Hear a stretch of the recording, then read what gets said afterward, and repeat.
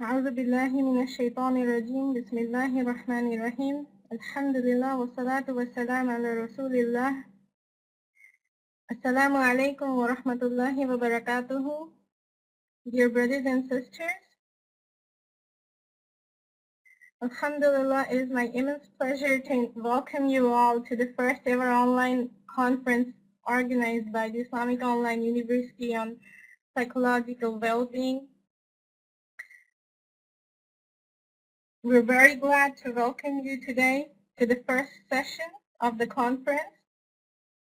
Our topic today is breaking the silence, stop the stigma, and I am your host for the first session of the conference.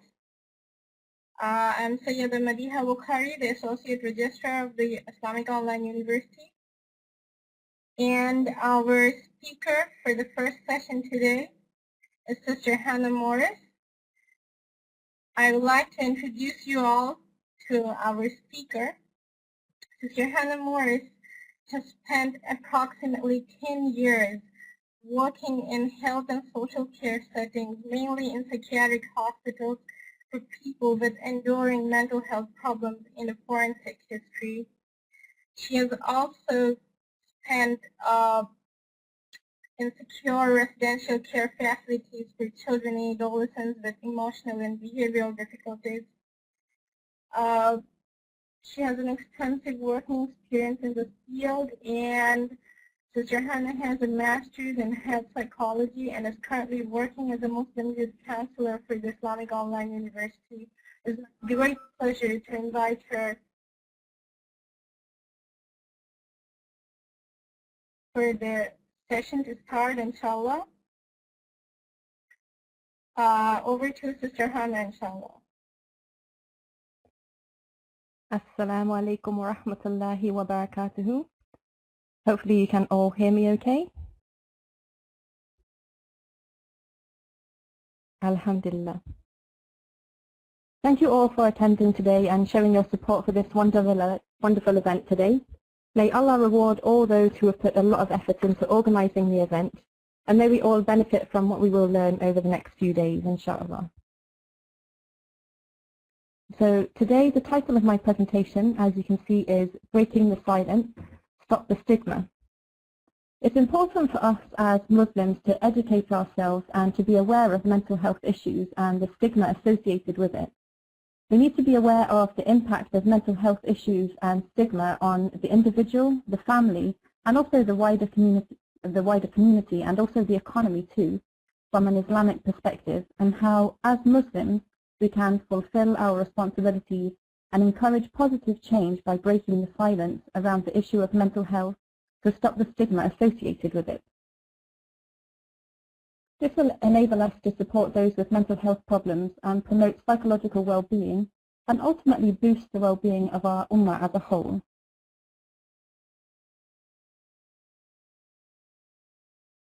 So today I'm going to talk about what is mental health, what is stigma and what impact does it have, what's the Islamic perspective on mental health, and what's our role in overcoming the underlying causes of stigma. The aims and objectives of this presentation are to educate and raise awareness of mental health issues and the impact of such from an Islamic perspective, and how as Muslims we can encourage positive change, inshallah. So to begin with, what is mental health? We need to know what mental health is to understand what stigma is. Mental health is about a balance of physical, mental, emotional and spiritual health. So good mental health is about the ability to maintain productive activities, sustain fulfilling relationships, and to be able to deal with daily stresses and adapt to changes in the environment. Whereas poor mental health is a result of disturbances in thinking and perception, mood and behavior that affects a person's ability to cope with life's demands and routines. And 1 in 4 people actually have mental health problems. So it's likely that if you don't have a mental health problem yourself, that you know someone who does, or perhaps you do know someone but you might not actually know that they have a mental health problem. Maybe they've not told you, or you just don't know that they have one. So to look at common mental health problems, there are three broad areas really of mental health problems.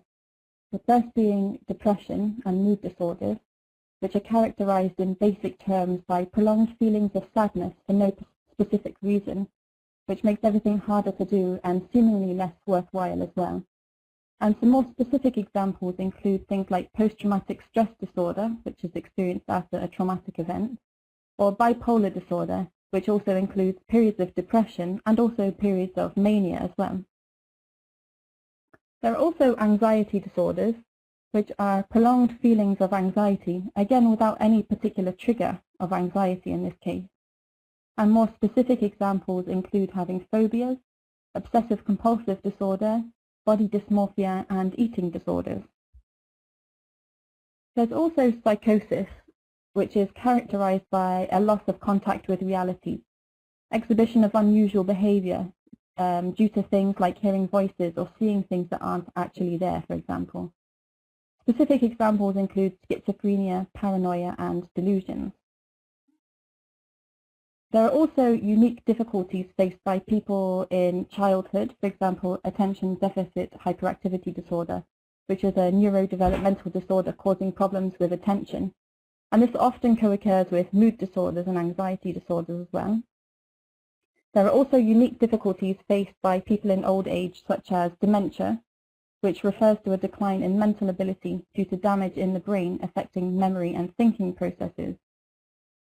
Also, people with learning disabilities experience unique difficulties with their mental health due to things like developmental delay. And all of these specific conditions are, like I mentioned, commonly linked with other mental health problems, such as depression, due to the additional stresses placed on people who are going through these disorders, and this affects their ability to cope with this. There are a number of causes of poor mental health, and they can be caused by the situations given here. And these are situations that can happen to any one of us, which is why it's really important for us to understand about mental health. Things like being bullied and having prejudice against them can cause people to have poor mental health. Divorce in the family, bereavement, physical injury and medical conditions, war and disaster, financial difficulties, being a victim of abuse or trauma, or a family history of mental health problems. So to make this easier to understand, I'm going to use a fictional case study throughout this webinar to illustrate an example of how mental health stigma can impact upon a person. This isn't a real-life case, but it's very much a real-life example of what really happens. So my fictional character is Sister Amira. She had a car accident, and it's left her with a serious injury, and she's no longer able to work. And because of this, she's experiencing the financial consequences. She's been feeling depressed and anxious to get back into a car again. So now we have a good grasp on what mental health is. Let's talk about stigma. So what is stigma? Stigma is a negative attitude towards mental health. It's reflected by attitudes, stereotypes, prejudice, and discrimination. And it can often be used interchangeably with the word discrimination. Stigma is the belief that certain groups of people are different to others due to their undesirable characteristics, which in this case we're talking about mental health. But it can also relate to other things, which I'm actually going to be talking about in my discrimination webinar later tonight as well. The root of stigma lies within fear and misunderstanding, and this is why it's really important for us to be educated and aware of mental health issues. 9 in 10 people with mental health problems report experiencing stigma, and they actually report that in many cases, the stigma is a worse experience than actually having the mental health problem itself. These stigma can be manifested in a number of ways and can result in things such as exclusion, bullying, punishment, physical abuse, and emotional abuse as well. Where can this type of stigma occur? Well, stigma can occur anywhere. Stigma can occur in the home. Friends and family can stigmatize against people because they might not understand what the person with a mental health problem is going through, and so they won't discuss the problem with them, and that can lead things to get worse. It can happen at school. Children and students can be bullied for being different. stigma happens in the media. It can exaggerate mental health problems and often portrays people as crazy. Stigma can also occur in the workplace. For example, people might not be given a promotion due to mental health problems. All of these things are what we might call social stigma. That is, the stigma that exists in society. So how does this social stigma affect somebody who has mental health problems? It can make them feel embarrassed and judged, shamed and hated by others due to discrimination.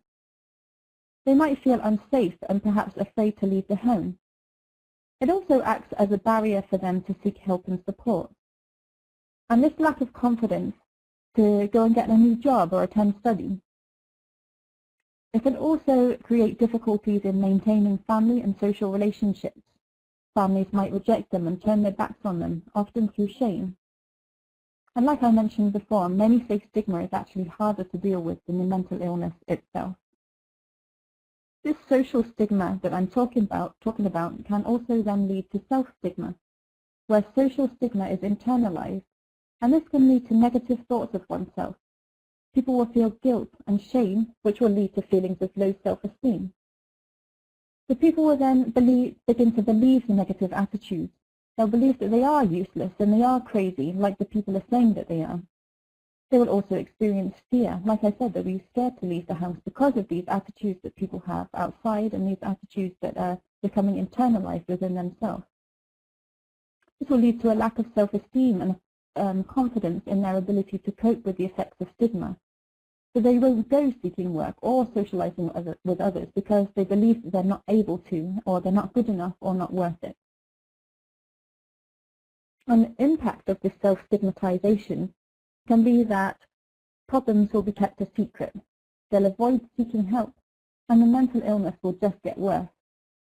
They'll be thrown into isolation and they'll get depressed. And this also then increases the risk of suicide and the risk of substance abuse. They'll also lose hope and anticipate rejection.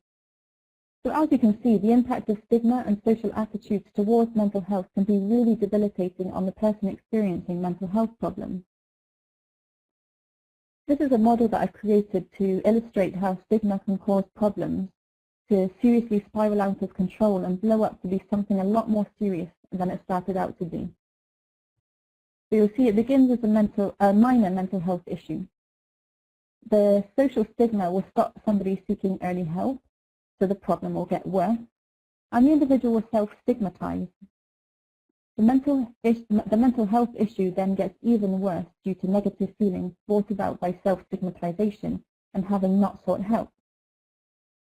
This will then result in a detriment to the wider community due to the need for increased spending in mental health services. So because they didn't go and seek help earlier on, maybe in their local primary mental health, the problem got so bad that they had to be taken into to an inpatient setting, which is a cost to the wider economy, all because of stigma, because they were afraid to go and seek help at the beginning.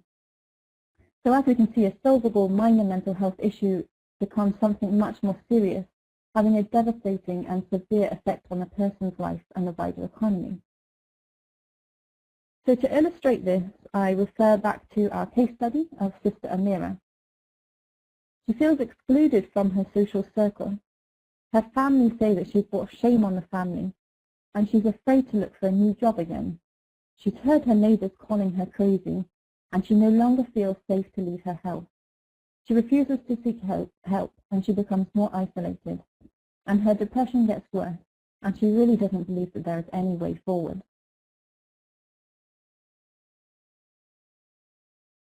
Why does this stigma exist, and what causes it?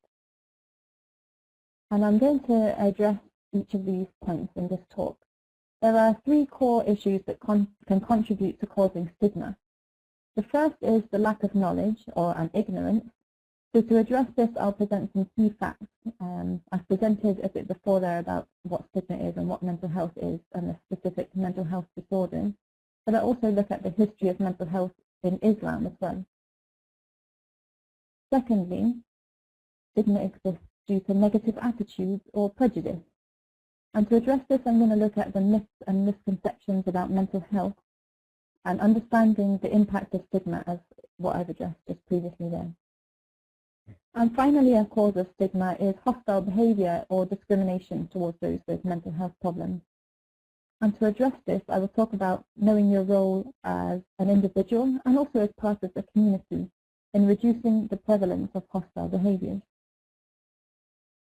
All these things will impact on each other in a negative way if not addressed. But if we act on these things in a positive way, then they can obviously complement each other in a good way as well in supporting a person with mental health problems. And the following slides are going to address these points specifically. So firstly, to address knowledge of mental illness, specifically from an Islamic perspective, addressing the first core issue of lack of knowledge as a cause of stigma. So the history of mental health in the Islamic world. I touched on mental health a bit at the start of the webinar, and now that we have a joint understanding of what mental health is and what stigma is, we'll look at mental health from an Islamic perspective. And this is all part of educating ourselves on mental health. Even a casual glance at Islamic history reveals that while much of Europe in the medieval period viewed mental illness as demon-related, Muslim scholars of the time, including Ibn Sina, rejected such notions and viewed mental disorders as conditions that were physiologically based. They understood the link between mind and body and psychosomatic influence, that people could overcome illness by believing that they could become well again, as much as people get sick by thinking that they are sick.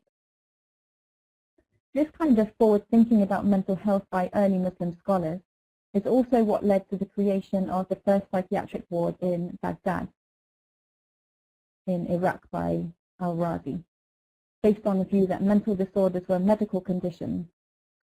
Patients in these wards were treated humanely and compassionately, but also using psychotherapy and drug treatment. All this being said, one should supplement treatment of all illnesses with prayers and asking for God's mercy, cure and healing.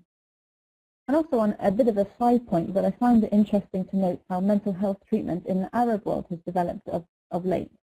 In many parts of the world, the Arab world and the Western world alike, the prevalence of mental health problems outnumbers the amount of people seeking services. So that is, not all people with mental health problems are actually seeking professional help. In the Muslim world, the services are really improving recently and are more readily available now. But like with the West, they're still not enough to meet the current needs. So in the meantime, this is why it's really important that we know our role in supporting these people while these services develop. There's a big study currently going on in Saudi Arabia now, as the Mental Health Act 2012 has been implemented. And there's a strategic plan to try and improve and increase national mental health services. So I thought that was a really positive development in the Arab world there. Another reason that stigma exists is due to common myths and misconceptions about mental health. The lack of knowledge leads to negative attitudes. So we'll look at some of these myths and misconceptions that exist around mental health to address the second core issue of prejudice, specifically due to misconceptions. Negative attitudes exist because people don't understand mental illness, and they rely on the following such myths for information. Such myths include: mental health problems do not exist in childhood. It's all the parents' fault. People with mental health problems are dangerous. Depression is just a character flaw. Addiction is a choice and shows a lack of willpower. People with mental illness are not intelligent. People with mental illness should not work because they cannot maintain a job. Mental illness is a rare disorder. People with mental illness never get better. All of these myths and misconceptions are incorrect because mental health problems can exist in childhood. It's not the parents' fault. People with mental health problems are not dangerous. Actually, due to stigma, they're often more withdrawn and so are actually less dangerous than anyone else. People with mental illness can be as intelligent as someone without mental illness, and they can maintain a job. And mental illness is certainly not rare because, like I said earlier, 1 in 4 people have or will have in their life mental illness. and they can get better with appropriate support and treatment. Now to look at specific misconceptions in Muslim cultures. There seems to especially exist stigma in Muslim communities around mental health issues, and there are a few misconceptions present in these Muslim communities. Often mental health problems can be simplified as a sign of weak faith in Allah. People can be advised to turn to the Quran alone and not seek medical help and therapy. And whilst it's advisable and needed to rely on the Quran, but it's also okay to seek medical help and therapy also. And I'm going to provide some evidence from the Sunnah in the next slide also. Some believe that mental illness is caused by spirits and that black magic is the cause. And this causes families to get caught up in seeking the one who caused it. Some people believe that mental health problems are a punishment from Allah. And the danger of this is that it can lead people with mental health problems to blame themselves for their illness. And this will cause them to lose their spirituality and their connection with Allah. Some Muslims also believe that mentally ill people are considered dangerous and that they should be kept away from the rest of the community. And at times, the traditional methods of treatment are abusive. For example, it's been known for patients to be chained due to the fear that they will cause harm, and that they will be beaten up in an attempt to remove the jinn.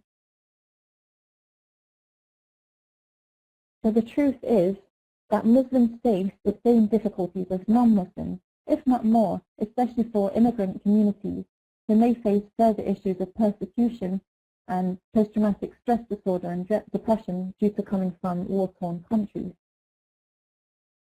It's important to seek a cure from the Quran in the manner prescribed by the Prophet Muhammad ﷺ.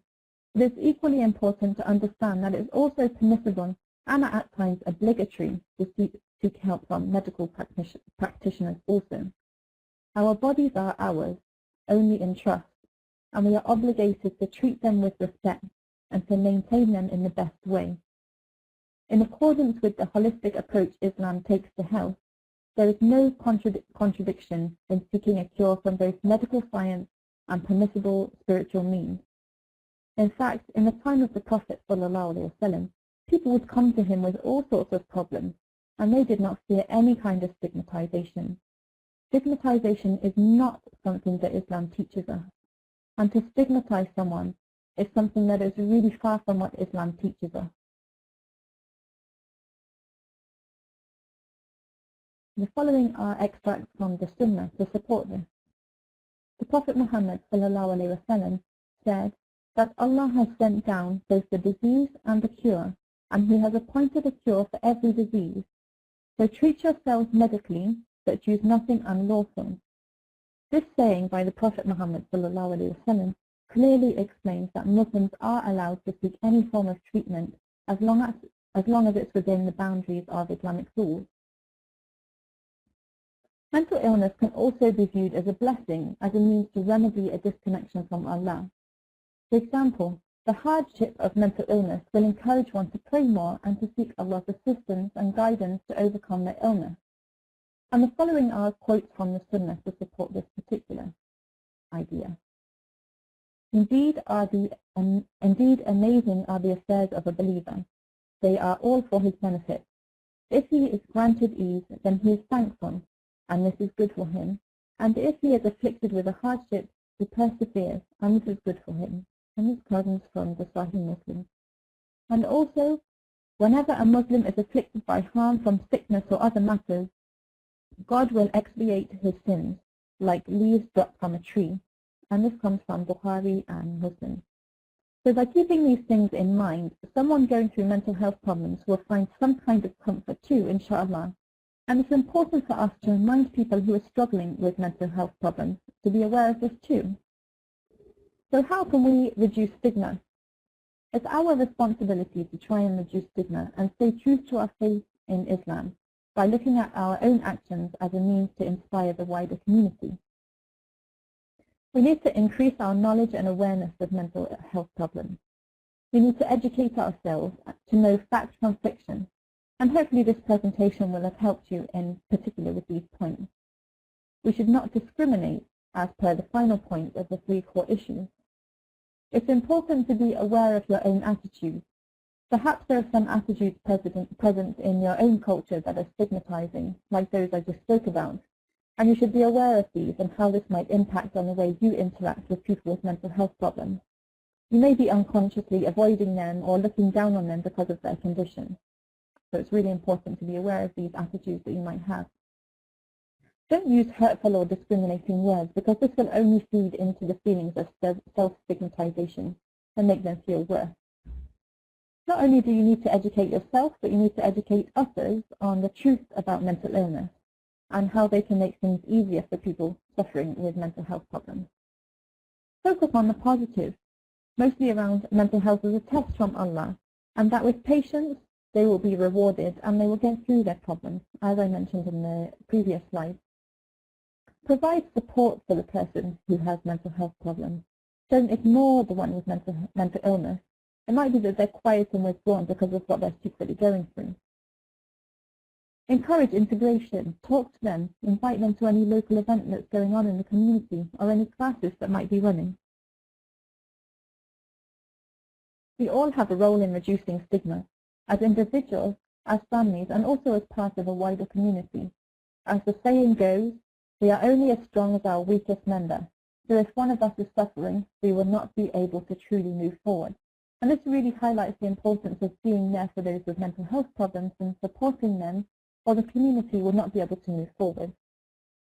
Create opportunities for education and learning, and bring the issue of mental health and mental illness into conversation. Don't let it be a thing that's just swept under the rug. Make it something that's talked about in maybe khutbahs on a Friday prayer, perhaps awareness campaigns in the local mosque, and get involved in and support stigma reduction programs. There are quite a few stigma reduction programs, but here are some that address the Muslim community specifically if you want to look them up even further. These sorts of campaigns seek to educate people about types of mental illness and how to help out. And there are also a number of conferences that serve the same purpose. So some of the programs are called Time to Change. There's the ICNA-MAS convention. There's the Bring Change to Mind campaign. There have also been Muslim mental health conferences, really like what we're doing now. There is a project called Maslaha, Talking from the Heart. All offer information online and engage with their communities to educate on mental health illness and to support those with mental health problems. And there's also a project now called Imams and Mental Health Project, which is a project that I'm involved in for the IOU to help raise awareness of mental health in imams and the local leaders in order to teach them how to address the issue within the congregation and also to be a positive influence in reducing stigma in the community. Imams and the community leaders are often the first port of call to the congregation, so it's really important for them to be aware of how to address mental illness, and this project is aiming to do so, inshallah. So if we act in this way, inshallah, there will be happy endings for Sister Amira. So in an ideal world where stigma is successfully addressed, there are happy endings for Sister Amira. Obviously, this is an ending that would take a lot of time, but it's also what can happen by addressing stigma on an individual level as well as a community level. So ultimately, this would be a result that would come maybe weeks or months down the line. The local mosque runs a mental health awareness campaign. Friends and family contact Amira and offer her support. Amira begins to come to the mosque more often and overcomes her fear of getting in a car. Amira's confidence grows, and Amira gets a new job. This process takes time, but it's successful. So based on what we've discussed today, I'd like to offer some advice to those with mental health problems. There is nothing wrong in asking for help. Mental health problems are common, and there's no shame in seeking help, and it's okay to do so in Islam too. If you don't seek help when you need it, things can really get out of control and get worse, as we saw in the cycle of destruction. Don't allow yourself to self-stigmatize, and surround yourself with positive support. Always keep in mind the truth about mental health from an Islamic perspective in light of the Quran and Sunnah, like in the examples I gave before. And then advice to everybody else who are engaging with people with mental health problems. Community support is very important in aiding recovery. People need to reach out and let people know that you're available for help, or be able to approach you if they feel like they need help at any point. When somebody with mental health problems comes to you to talk, you need to maintain good communication skills, show your interest, give off good body language, be engaging. Or if you notice someone who is withdrawn, talk to them, because maybe the stigma is stopping them from talking to anyone. So you go ahead and make the first move. Follow up with them, let them know that you care. Give them a text or a call in the middle of the week, not just every Friday when you see them in the mosque. Help them to access mental health services. Go to the GP with them, or find out what services are available in your local area that they could avail of. Learning and sharing the facts about mental health, especially if you hear something that isn't true. Like we saw there was lots of misconceptions about mental health, so if you hear something that's not true, address that with the person and let them know what is true. Treat them with respect, just as you would anybody else. Don't be judgmental, because this is what Islam teaches us, to not be judgmental. Refuse to define them by their diagnosis. I'm using nasty labels such as crazy, because they are a person just like you and they really need your support. So in conclusion, we all have a duty to be aware of mental health stigma, and we have a role in reducing it both individually and collectively by educating ourselves and others on mental health issues.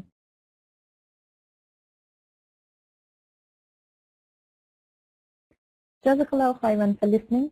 I hope you've learned something, and may Allah make it easy for us to implement what we have learned about mental illness and mental health and stigma to support those going through these problems. So if anyone has any questions, I'm happy to answer them now. Sister Hannah, we appear to have a few raised hands. Okay, we have a question. My daughter is very sensitive to criticism by peers. What is the best solution?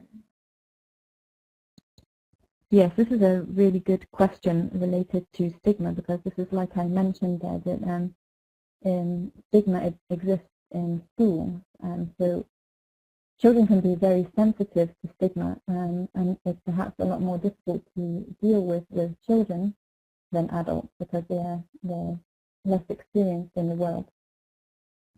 So it sounds like the mother is supportive, so that's a really good start. Like I said, stigma can begin in the home. So the fact that there's a supportive mother there can be a good starting block around stigma. If the support at home is not enough to get the child over this, over being withdrawn, and it doesn't seem to get better in time, I'd suggest that the parent then go to the school and maybe have some kind of, just raise awareness amongst the teachers as well, so that the teachers can also be working alongside the parents to be noting the behaviour of the child as well, and to encourage the child and also the children in the class to integrate with her, to really welcome her into the class and to help her feel part of the class. I hope this answers that question. Jazakallah khair. Let's move on to the next question. We had another question. How best can you calm down a person who's mentally aggressive, and some people call them as being possessed? Okay. I want to, since the talk is on stigma, I want to kind of keep focus on the stigma. So I would probably look at addressing, like, if obviously if the family are viewing it as a case of possession, then it will be the family that needs educating on the fact that we should educate them on mental health from an Islamic perspective. Refer back to the points that I made previously there on the Islamic view of mental illness, and the dangers of treating a person as if they are possessed, and how that can really make their mental health even worse. So to let the family know that they need to support the person who is having mental health problems rather than treating them as somebody who is possessed. So be referring them back to the sunnah, and that this kind of behaviour was not, that people in the time of the Prophet ﷺ were not stigmatized. Because if they don't change their attitude towards the mental illness of the person, then things are only going to get worse for that person. And then, it's going to be harder on the family, it's going to be harder on the community if they don't support them. So I hope that helps. I know it's maybe not answering the question in the way that you wanted, but I really wanted to bring it back to the issue of stigma and how it's that issue that can be making things worse. Jazakallah khair, Sister. No, this is very helpful. I hope it helps the questioner, inshallah. Let's move on to the next question. We have a lot of questions actually coming in, and it's difficult to follow the queue of the raised hands. I'll just take them seriously as they have been posted. So the next question is from a brother. He's saying, what is the best way to encourage someone who really needs mental health counseling to go for counseling? Okay, this is a really good. Yes, sister. This is a really good question that's relevant to what we've been talking about here. Again, this is really, a lot of this is down to our role as individuals and the community in supporting people with mental illness. So maybe a mental health awareness campaign in your local community to raise awareness of mental health issues and really normalize mental health issues and know that it's something that happens very commonly, to make the person feel more inclined to at least come forward and get some help. And like I said, the Imams and Mental Health Project is something that we're working on for the IOU in raising the awareness of mental health within communities via the Imam or the local leader. So also, if you see that the person is clearly having mental health problems, then go and support them, but in a more subtle way. Don't come forward and just say, I can see you have mental health problems. Just be supportive. Just offer them the chance to talk.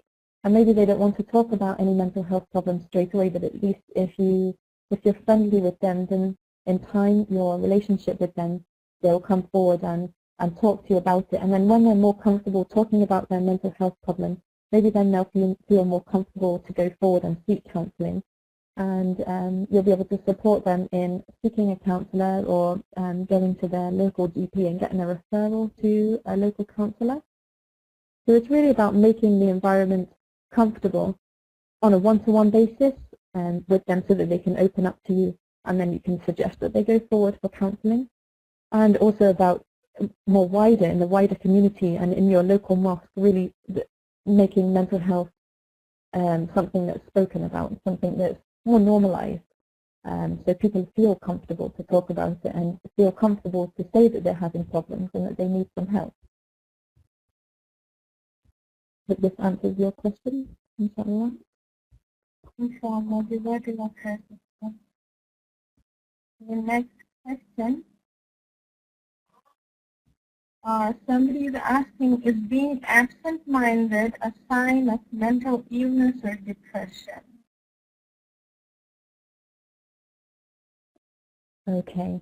I guess there are many symptoms for depression and for anything really, and there's a bit of a danger in self-diagnosing like that. But like I mentioned before, one of the key things about depression and anxiety and any kind of mental health disorder really is that it's not something that just comes and goes. It's something that's prolonged.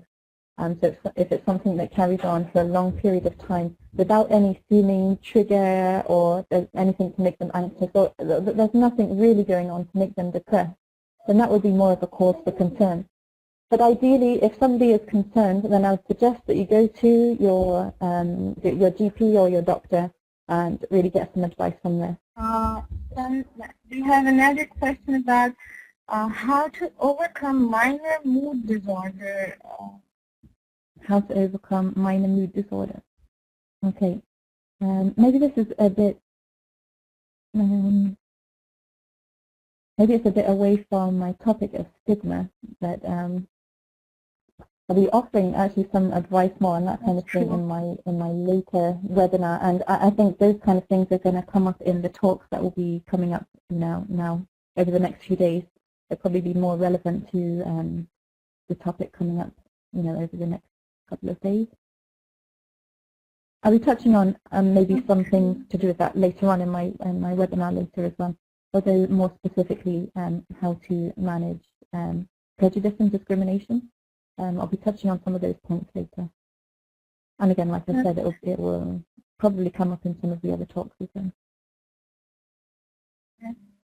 So, brothers and sisters, we actually have like 14 more sessions to go, and we have another session with Hannah and sister as well. So, if you join there, inshallah, will be helpful. So, we move on to the next question now. We have a question. How do we assess a person's mental state or our own? It's another broad question, perhaps. How do we assess a person's mental state or our own mental state? Okay, again, I just want to try and keep it in line with the topic of stigma. Perhaps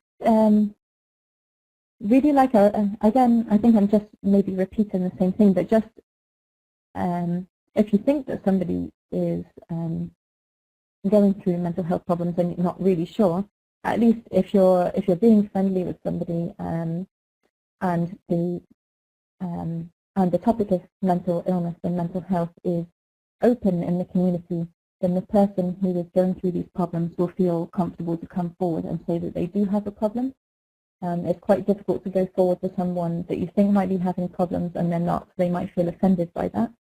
So I guess that's really why it's important for us to make sure that mental health and mental illness is a topic that's out there so people are comfortable to say that they do have a problem and then they can seek the support that they need. And I guess that's really what the importance of the topic of stigma is, and that's why we're talking about it today, is really to make sure that it's an issue that's out there and people are comfortable to talk about it.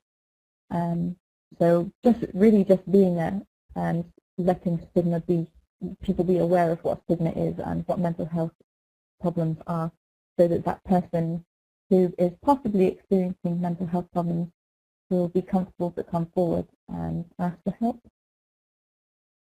Very true, Barbara. That answers that one.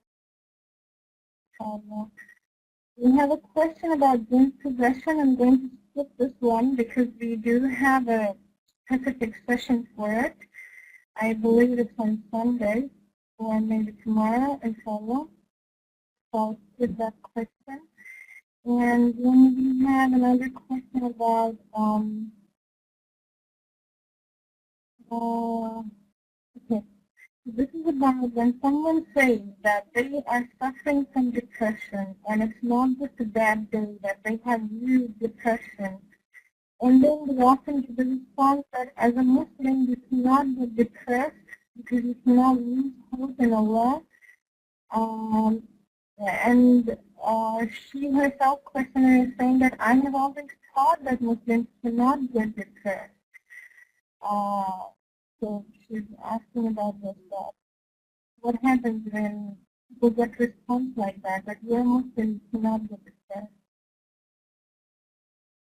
Yeah, this is a really good question. Like I said, it's one of the myths and misconceptions about mental health is that one of the points I made there is specifically that people believe that depression is just a character flaw or that it's a punishment from Allah.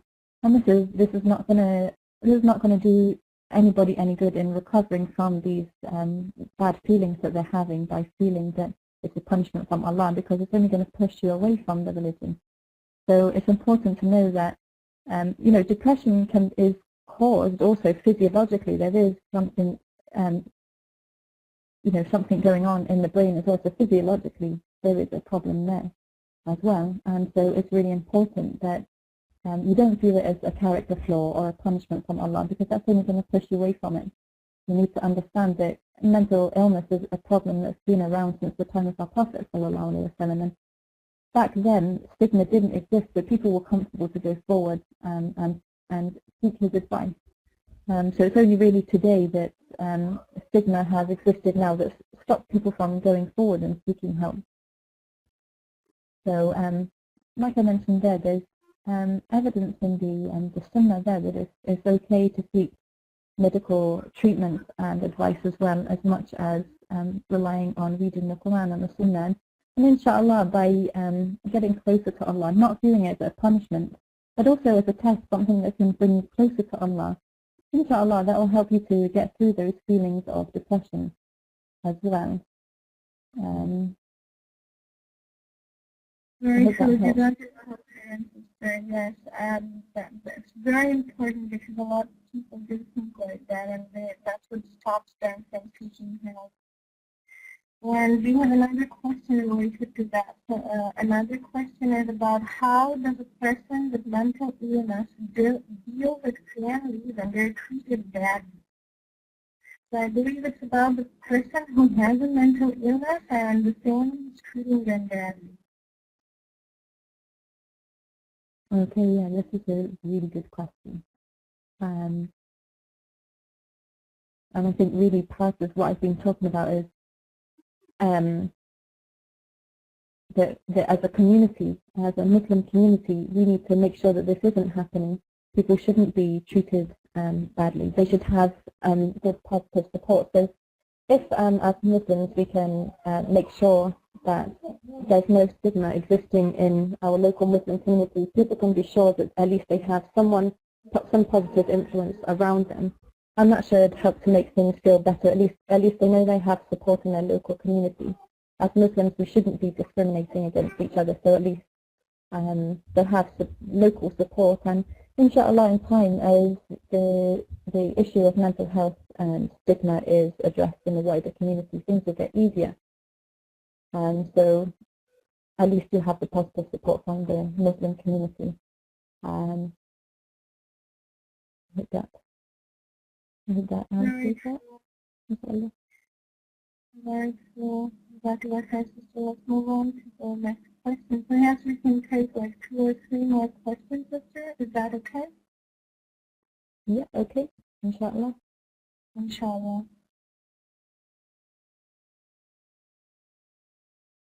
Okay. So we have a question. As a Muslim society, what needs to be done to remove the stigma in non-Muslim societies nowadays?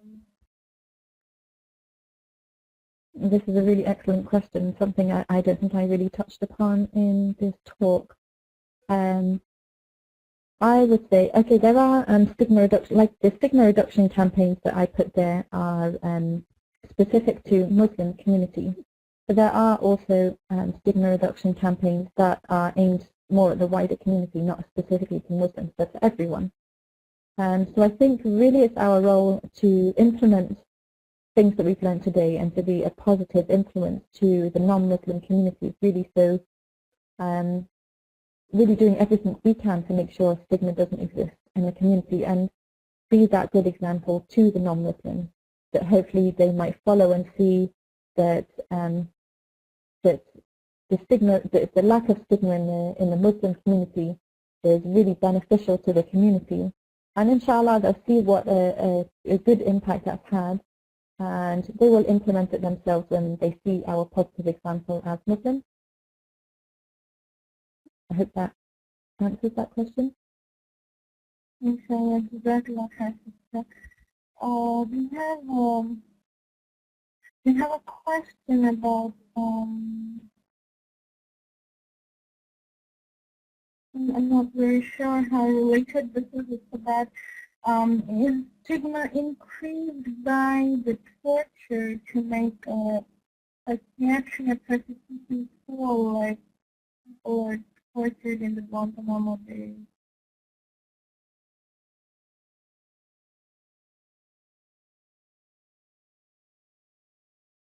The question is, the stigma increased by the torture to make psychiatry a persecution tool at Guantanamo Bay? Yes, I'm not very clear on this actually. I think I see what you're saying.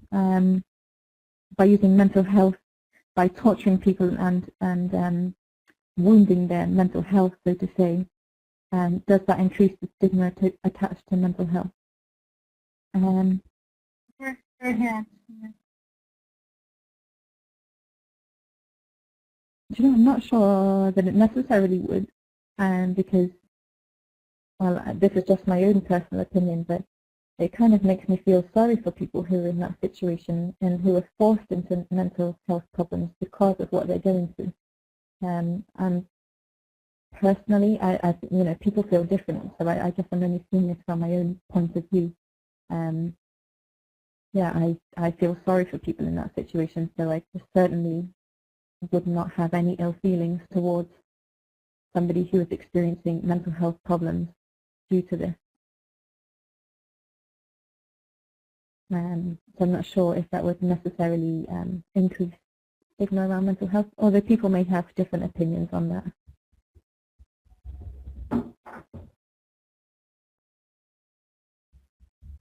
We have another question.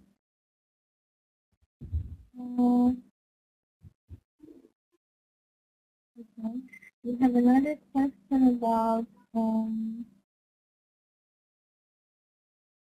so this is about somebody who's not like mentally not well and he hurts others, like he wounds others. That is the question: how to deal with such a person, or how to assist such a person. Sorry, I didn't quite catch that one. It's about somebody who's mentally ill. Perhaps they're very aggressive, so they hurt others. So how to assist such a person? Yes.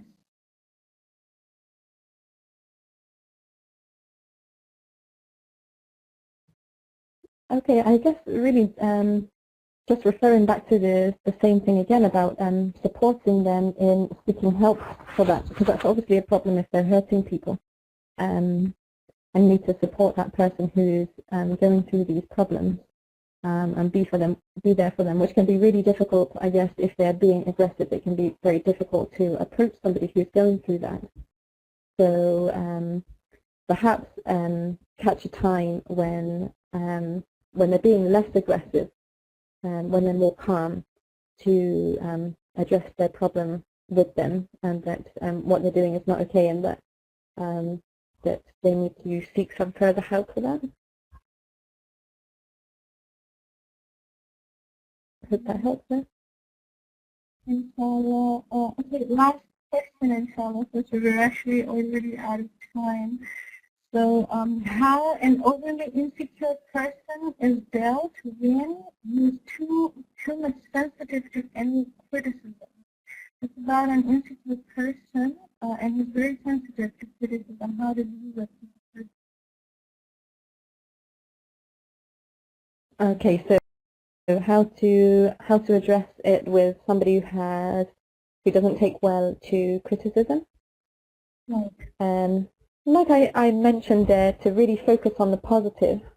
Don't be dwelling on the negative points of mental illness, but be dwelling on the positives of it, and look at the positives in a person's life, and really focus on the positives first to get them back into the positive frame of mind to address the mental illness more successfully.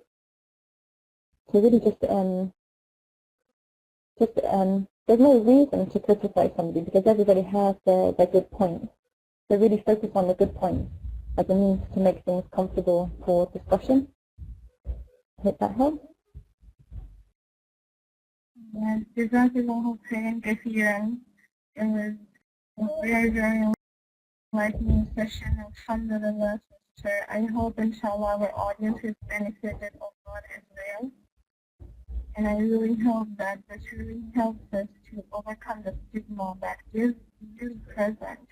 And I would really like to thank you, Sister Hannah, and also all of our brothers and sisters for attending the session today. And we have another session with Sister Hannah coming up today in a few hours, inshallah. And our next session starts in 10 minutes. Sister Hannah will welcome the host and